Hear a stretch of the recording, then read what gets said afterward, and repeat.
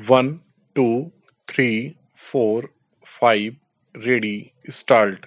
सभापति महोदय, मैं रक्षा मंत्रालय की मांगों का समर्थन करने के लिए खड़ा हुआ हूं। वर्तमान घटनाओं से पता चलता है कि संसार का हर देश अपनी सुरक्षा के बारे में चिंतित है और उसके लिए हर प्रयत्न कर रहा है। इस दृष्टि से अन्य देशों की तरह हमारे देश में भी रक्षा मंत्रालय का महत्व है।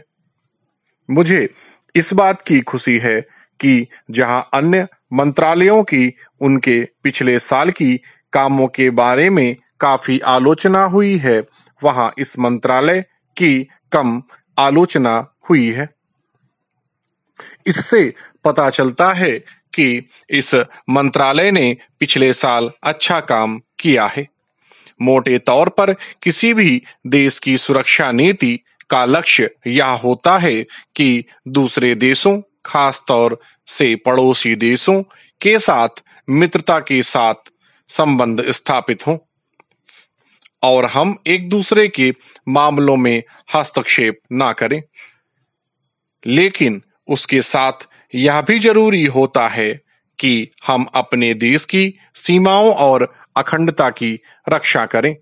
इसलिए हमारे देश का यह कर्तव्य हो जाता है कि हम अपने पड़ोसियों के कार्यों पर पूरी नजर रखें, क्योंकि आज तक हमारे देश पर जो संकट आए वे हमारे पड़ोसियों से आए हैं।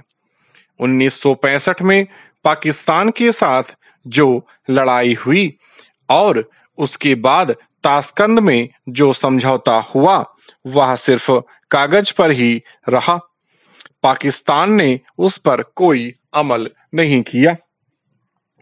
इस दृष्टि से बहुत जरूरी है कि हम अपने देश की सुरक्षा की हर तरह से व्यवस्था करें। हमारा उद्देश्य दूसरों पर आक्रमण करना नहीं है, लेकिन यदि हम पर कोई आक्रमण करे तो हम में इतनी शक्ति अवश्य होनी चाहिए कि हम उसका डटकर सामना कर सकें। आप जानते हैं कि पिछले दिनों पाकिस्तान को अमेरिका और चीन से काफी मदद मिली है। रक्षा मंत्रालय की रिपोर्ट में भी कहा गया है कि पिछले साल अमेरिका ने पाकिस्तान को 1500 करोड़ रुपए की फौजी सहायता दी है। आज जहां हम फौजी सामान के लिए अपने कारखानों की मदद से अपनी शक्ति बढ़ाने का प्रयत्न कर रहे हैं, वहां पाकिस्तान संसार के देशों से फौजी सामान खरीद रहा है। अपनी नीति के कारण वह सब देशों से लाभ उठा रहा है। मेरा सुझाव है कि हम को भी अपनी शक्ति बढ़ाने के लिए संसार के अन्य देशों से अधिक फौजी सामान खरीदना चाहिए। आज तिब्बत की सीमा पर चीन की 1.5 लाख फौजें खड़ी हैं। सभापति महोदय, प्रतिदिन छोटी मोटी झड़पें होती रहती हैं। हमारी फौजें बड़े उत्साह से उनके मुकाबले में खड़ी हैं। उनके हौसले बहुत ऊंचे हैं, लेकिन हमारी सरकार का भी यह कर्तव्य है कि उनके हौसले को कभी गिरने ना दें। उन्हें हर तरह की सुविधा प्रदान की जाए जिससे उनका आत्मविश्वास बढ़े। मैं मंत्री महोदय से अनुरोध करूंगा कि सरकार अपनी नीतियों के प्रचार का काम ठीक प्रकार से अपनी फौजों से करे। उनको अच्छे हथियार दे। अनुसूचित जातियों और आदिवासी जातियों के आयुक्त ने जो अपना प्रतिवेदन प्रस्तुत किया है, उस प्रतिवेदन को देखने से यह प्रतीत होता है कि इसको तैयार करने में उन्होंने बहुत परिश्रम से कार्य किया है।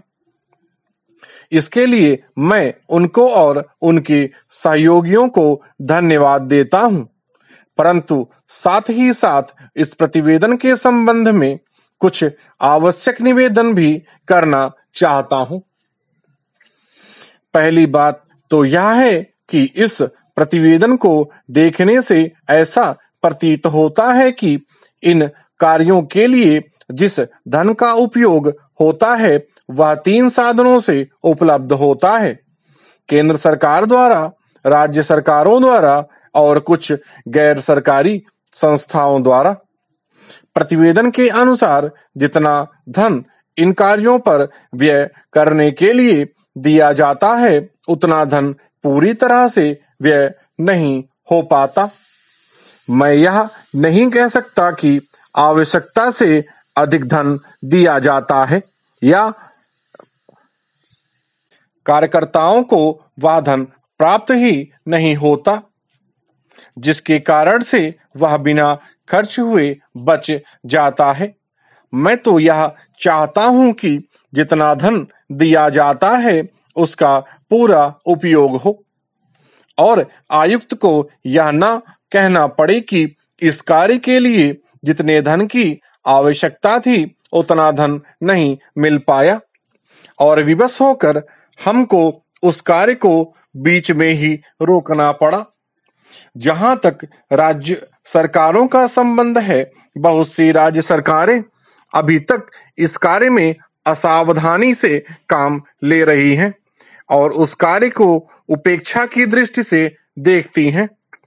आयुक्त ने इस बात की शिकायत की है कि बहुत सी राज्य सरकारों ने अनेक पत्र भेजने के बाद भी अभी तक अपनी रिपोर्ट नहीं भेजी है। मैं चाहता हूं कि सरकार इस तरफ निष्ठापूर्वक ध्यान दे। राज्य सरकारों पर दबाव डाला जाए कि वे इस दायित्व के प्रति सचेत हों और आयुक्त को उनके कार्य में पूरा सहयोग प्रदान करें। स्टॉप।